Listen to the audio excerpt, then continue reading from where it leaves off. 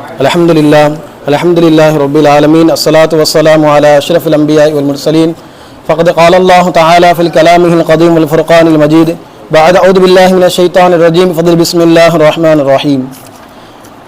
Yu'til hikmata man yasha wa man yu'til hikmata faqad utiya khairan katsira. Sadaqallahul azim. புகழ் அனைத்தும் இந்த உலகத்தை படைத்து பரிபாலித்துக் கொண்டிருக்கக்கூடிய அல்லாஹ் ஹக்கு சுப்ஹானஹு தஆலாவுக்கு உரித்தானது. அவனின் சாந்தியும் சமாதானமும் அருளும்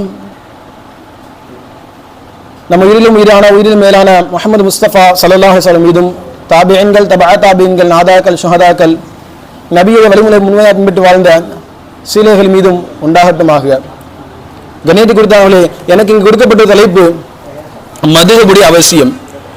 நாம் எல்லோரும் அறிந்த விஷயம், 4 மதுஹபுகள் என்பது உலகம் முழுவதும் பின்பற்றக்கூடிய எல்லோரும் அறிந்த ஒரு விஷயம். இன்றைக்கு இது காலங்காலமாக நடந்து கொண்டிருக்கக்கூடிய விஷயம். இன்றைக்கு அறிவு ஞானம் இல்லாமல் சிலர் மதுஹபுகள் ஏன், மதுஹபுடைய அவசியம் என்ன, மதுஹபை பின்பற்றக்கூடாது, இமாம்களை தக்லீத் செய்வது கூடாது என்பதாக மக்களிடத்தில் பிரச்சாரம் செய்கிறார்கள்.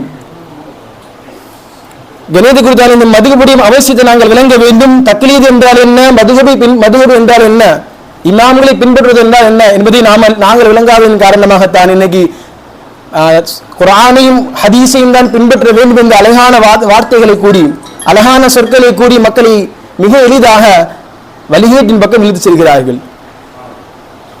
கண்ணியத்துக்குதானே ஹதீஸ்களின் வல்லுநர்களிடத்திலே நடைமுறை என்னவென்று சொன்னால், சுயமாக நான் தன் இஷ்டப்படி ஹதீஸ்களை பின்பற்றுவேன் என்பதை விட,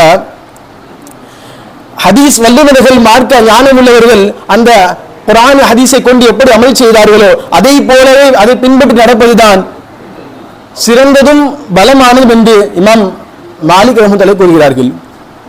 இமாம் சுஃபியான் இப்னு உயைனா ரஹ்மத்துல்லாஹி கூறுகிறார்கள், இவர்கள் மிகப்பெரிய முஃபஸ்ஸிரீன்கள், இவர் மார்க்கம் ஞானம் பெற்ற மிகப்பெரிய மேதை. இவர் சொல்கிறார்கள், நபிமொழியை மட்டும் ஃபுகஹாக்களை தவிர மற்ற எவராலும் விளங்கிக் கொள்ள முடியாது, அதனை சரியான அர்த்தங்களை விளங்க முடியாது. அதை யாரும் தர்ஜுமாக்களை மட்டும் வைத்துக் கொண்டு விளங்க முற்பட்டார் என்று சொன்னால் அவர் வழிகேட்டின் பக்கம் போவதற்கு அதுவே காரணமாக இருக்கும் என்று கூறுகிறார்கள். இமாம் இப்னு வஹப் ரஹ்மத்துல்லாஹி கூறுகிறார்கள், கிட்டத்தட்ட 1,26,000 ஹதீஸ்களை கோர்வை செய்த ஒரு இமாம். அவர்கள் கூறுகிறார்கள், எந்த மனிதரிடத்திலே ஹதீஸ் மட்டும் இருந்து அதற்கு ஃபிக்ஹிலே சரியான அழகான முன்மாதிரி இல்லை என்று சொன்னால் அவர் வழிகட்டு போய்விடுவார். எங்களை இமாம் மாலிக், இமாம் லைஸ் ரஹ்மத்துல்லாஹி போன்ற இமாம்கள் எங்களை பாதுகாத்தார் என்று கூறுகிறார்கள். அவங்க வந்து பாதுகாக்கவில்லை என்றால் நாங்கள் வெளியிட்டிருப்போம் சொல்கிறாங்க. அப்ப என்ன, மிகப்பெரிய இமாம்கள் எல்லாம் சொல்கிறார்கள், இமாம்களை பின்பற்றுவது என்பது, இந்த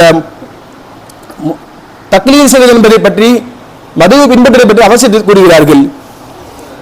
அப்போ இந்த வழிமுறை என்பது எப்பத்தில் இருந்திருக்கு, எந்த காலத்தில் இருந்திருக்கு? இன்னைக்கு மக்கள் கேட்கிற மக்கள் சில பேர் மார்க்க ஞானம் இல்லாம கேட்கிறாங்க, மதுஹப் சஹாபாக்கள் எந்த மதுஹப், சஹாபாக்கள் எந்த மதுஹப் கேட்கிறார்கள். நாங்கள் கேட்கிறோம், சஹாபாக்கள் மதுஹப் இல்லையா, அவங்களிடத்திலே இமாம்களை பின்பற்றக்கூடிய அந்த வழிமுறை இல்லையா என்கிறதை நாங்கள் கேட்கிறோம். நபியுடைய காலத்திலிருந்து இன்று வரைக்கும் ஒவ்வொரு காலத்துக்கு ஏற்றவாறு அந்த மக்கள் அவருடைய கால சூழல்களில் ஏற்றவாறு அங்குள்ள மார்க்க அறிஞரிடத்திலே தங்களுடைய தேவைகளை, தங்களுடைய பிரச்சனைகளுக்கு தீர்வுகளை அவரிடத்தை கேட்டு தெரிந்து வந்தார்கள். உதாரணமாக சொல்ல வேண்டும் சொன்னால், நபி வாழும் பொழுது மதுஹப் என்பது சஹாபாக்களில் இருந்தது. நாங்கள் நினைக்கிறோம் கிட்டத்தட்ட 4 மதுஹப் தான் இருந்தது என்பதாக. வரலாறுகளை பார்த்தோம் என்று சொன்னால் 4க்கும் மேற்பட்ட மதுஹப் இருந்தது. அதை பின்பற்றக்கூடிய கூட்டங்கள் இருந்தது. அல்லாஹ் தஆலா எதை கபூலியத்தாக எடுத்துக்கொண்டானோ, அல்லாஹ் தஆலா எதை பொருந்திக் கொண்டானோ அப்படிப்பட்ட 4 மதுஹப் மட்டும் அல்லாஹ்விடத்தில் அங்கீகரிக்கப்பட்டு இது இன்று வரையும் இருந்து கொண்டிருக்கிறது. கணியத்துக்கு உரித்தானவர்களே, மக்காவில் பார்த்தோம் என்று சொன்னால் அந்த மக்காவிலுக்கு அனைத்து மக்களுக்கும் இப்னு அப்பாஸ் ரலியல்லாஹு அவர்கள் இமாமாக இருந்தார்கள். எந்த ஒரு சந்தேகமாக இருந்தாலும் நபி இருக்கும் பொழுது அவர்களுக்கு சந்தேகம் கேட்பார்கள், அதற்கான தெளிவை எப்படி சொல்வார்கள். மதீனாவிலே ஹஜ்ரத் ஸைத் இப்னு சாபித் ரலியல்லாஹு இருந்தார்கள், அவர்களுடைய மார்க்க செய்திகளை கேட்டு தெரிந்து கொள்வார்கள் மக்கள். ஹஜ்ரத் குபாவிலே பார்த்தால் ஹஜ்ரத் அப்துல்லாஹ் இப்னு மஸ்ஊத் ரலியல்லாஹு இருந்தார்கள், அவர்களுடைய மார்க்க விஷயங்களை கேட்டு தெரிந்து சட்டங்களை தெரிந்து கொள்வார்கள். அதன்படி அமைச்சுவார்கள். பஸ்ராவிலே அனஸ் ரலியல்லாஹு இருந்தார்கள், அவர்களுடைய மார்க்க விஷயங்களை கேட்பார்கள், அதை தெரிந்து கொள்வார்கள்.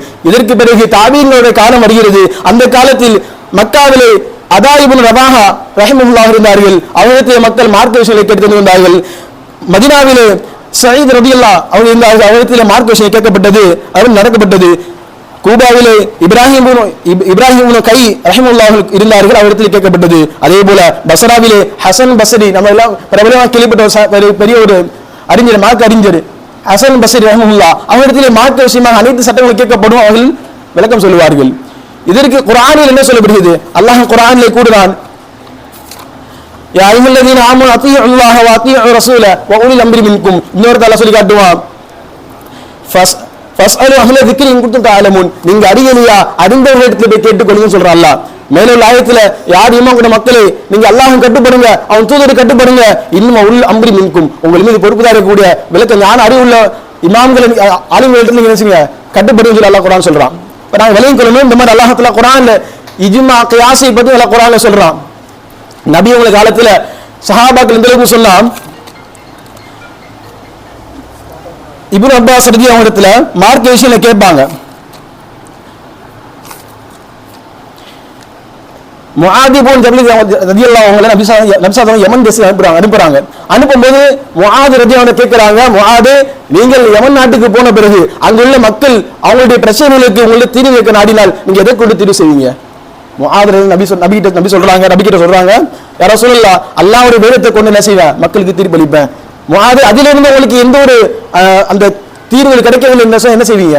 நபி கிட்ட சொன்னாங்க, முஆத் ரலியல்லாஹு அன்ஹு சொன்னாங்க, யா ரசூலல்லாஹ், உங்களுடைய வழிகாட்டுதல உங்களுடைய சுன்னாக்களை நான் எடுத்து மக்களுக்கு தீர்வு சொல்லுவேன். நபி சொன்னாங்க, மறுபடியும் சொன்னாங்க, அல்லாஹ்வுடைய வேதத்திலையும் முஆத், அல்லாஹ்வுடைய வேதத்திலையும் என்னுடைய வழிகாட்டுதலையும் இது பிரச்சனைக்கான தீர்வு இல்லைன்னு சொன்னா நீங்க என்ன செய்வீங்க? அவங்க சொன்னாங்க, யா ரசூலல்லாஹ், நான் அல்லாஹ்வுடைய வேதத்தையும் உங்களுடைய வழிகாட்டுதலையும் சேர்த்து நான் இஜ்திஹாத் செய்வேன், ஆய்வு செய்து மக்களுக்கு தீர்ப்பளிப்பேன்னு சொல்லுவாங்க. இப்ப நபி அவங்க சொல்லுவாங்க, அல்லாஹ்வுடைய தூதர் விரும்பக்கூடிய விதத்துல உங்களுக்கு விளக்கத்தை அல்லாஹ்வுக்கு எல்லா போன்னு நபி ஸல்லல்லாஹு புகழுவாங்க. அப்ப நபி அவர்கள் அவங்க இதை அங்கீகரித்து இருக்காங்க, நபி அவங்க செய்ததுக்கு ஆர்வம் ஊட்டி இருக்கிறாங்க. அப்ப இது வந்து சஹாபாக்களுக்கு சஹாபா காலத்துல இருந்தது. அது மட்டும் இல்லாம நபி அவங்க ஆதரிச்சிருக்கிறாங்க. நாங்க விளங்கணும், எங்களுடைய மதிக இமாமை பின்பற்று என்று சொன்னால் எல்லா விதமான காரியத்திலும் குர்ஆனும் ஹதீஸை விட்டு விட்டு பின்பற்றுவது போல இன்னைக்கு பிரச்சாரம் செய்யறாங்க. ஏதோ ஃபிக்ஹ் சட்டங்கள்ல ஏதோ ஒரு சட்டங்களை எடுத்துக்கொண்டு அதை கண்களை மூடிக்கொண்டு பின்பற்றுவது போல பிரச்சாரம் செய்யறாங்க. கணித்து குத்தாங்களே, குர்ஆன் நல்ல தெளிவாக சட்டங்களை வச்சிருக்கான், அனைத்து விதமான ஞானங்களும் குர்ஆன்ல இருக்குது. ஆனால் அந்த குர்ஆனை எல்லாரும் விளங்க முடியாது. குர்ஆனிலே தொழுகையை பற்றியும் ஜகாத்தை பற்றியும் ஹஜ்ஜை பற்றியும் தெளிவான சட்டங்கள் இருக்கிறது. அதே போல அல்லாஹ் ஒருவன் மறுமை நாள் கியாமத் நாளில் சொர்க்க நரகம் இருக்கிறது போன்ற அக்கீதாக்கள் எல்லாம் குர்ஆன் தெளிவாக சொல்கிறான். அது மட்டுமல்ல, தொழுகையில் ஜகாத்தில் என்ன, தொழுகையில் இது கிப்லா முன்னாடி தொழுக வேண்டும். அது மட்டும் இல்லாமல் நோன்பு எப்போது கடமை, நோன்பு ரமலான் தான் கடமை, நோன்பு நேரம் என்ன, இப்படியாக குர்ஆன் ஹதீஸில் இருந்து நாம் தெரிந்து கொள்ளலாம். இது மேலோட்டமாக பகிரங்கமாக தெரியக்கூடிய விஷயங்கள். வட்டி ஹராம், மது ஹராம், விபச்சாரம் ஹராம், இது போன்ற விஷயங்கள் எல்லாமே நாம் அதில் வைத்துக் கொள்ளலாம். ஆனால் இப்படி எல்லாமே தெளிவாக இருந்தாலும் கூட குர்ஆனில் தர்ஜுமாக்களை மட்டும் வைத்துக் கொண்டு, ஹதீஸில் தர்ஜுமாக்களை மட்டும் வைத்துக் கொண்டு எல்லோராலும் அதில் உள்ள கருத்துக்களை விளங்கிக் கொள்ள முடியாது.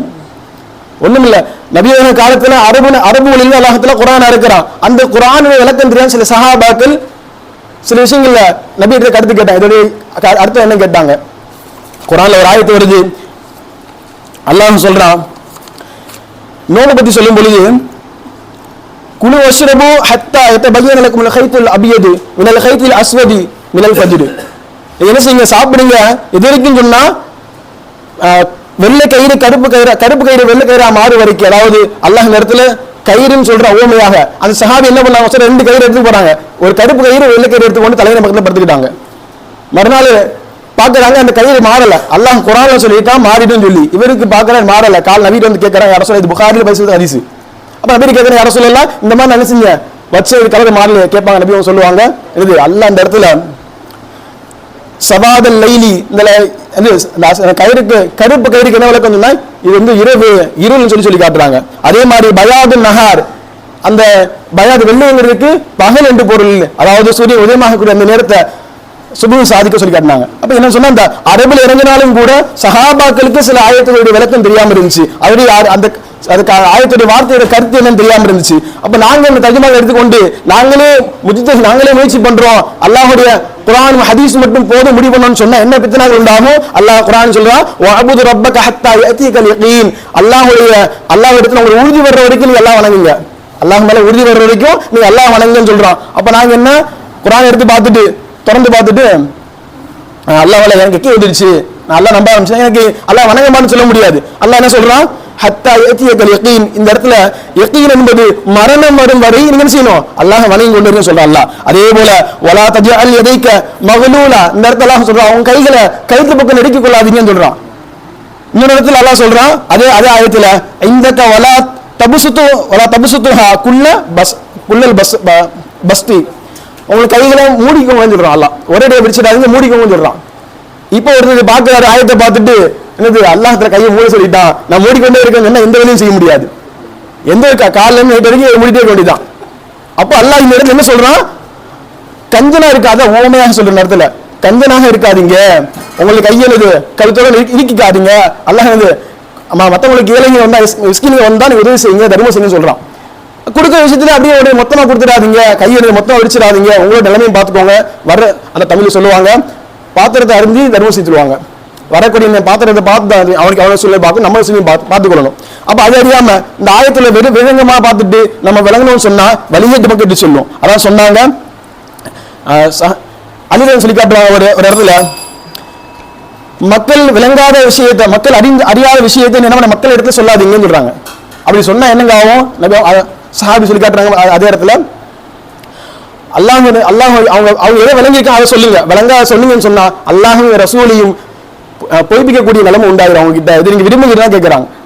அப்போ இந்த மாதிரி என்னன்னு சொன்னா மதுகவுடைய இமாமுடைய அந்தஸ்து, மதுவை பின்பற்ற விஷயங்கள் நாங்க விளங்காம மக்களிடத்துல அறகுறையா பேசுறது, இல்ல ஹதீஸ்களுடைய சட்டங்களை புரியாம மக்களுக்கு எடுத்து வச்சோன்னு சொன்னா எந்த விதமான குழப்பங்கள், பல விதமான குழப்பம் உண்டாகும். முதல்ல ஹதீஸை பின்பற்றுன்னு சொன்னா, குர்ஆன் ஆய்வு செய்யணும்னு சொன்னா சில தன்மைகள் அவற்றை வேணும், சில ஞானங்கள் வேணும்.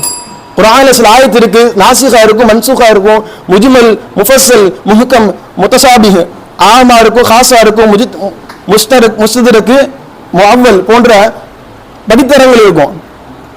அதுல உசூல் ஃபிக்ஹ் அந்த கல்வி இருந்தாலும் என்ன செய்யும், அவரால் அதுல சரியான முடிவு எடுக்க முடியும். அதுல உசூல் தஃப்சீர் அந்த ஞானம் அவர்கிட்ட இருக்கணும். இல்லைன்னு சொன்னா அது வழிகேட்டுக்கு போறதுக்கு காரணமாயிடும். இது போல ஹதீஸ்களுக்கும் பல விதமான படித்தரங்கள் இருக்கு, அதையும் ஆள் தெரிஞ்சுதான் செய்ய முடியும், பின்பற்ற முடியும். அதனால மதுவுடைய அவசியங்களை விளங்கணும். இது நபிய காலத்திலிருந்து இன்று வரை இருக்கக்கூடிய ஒரு உன்னதமான ஒரு இது. அதனால இதை விளங்கி அமர்வு செய்ய பாக்கியத்தை எல்லாம் தருவானாக. வாஹிர் தாவான் அல்ஹம்துலில்லாஹி ரப்பில் ஆலமீன்.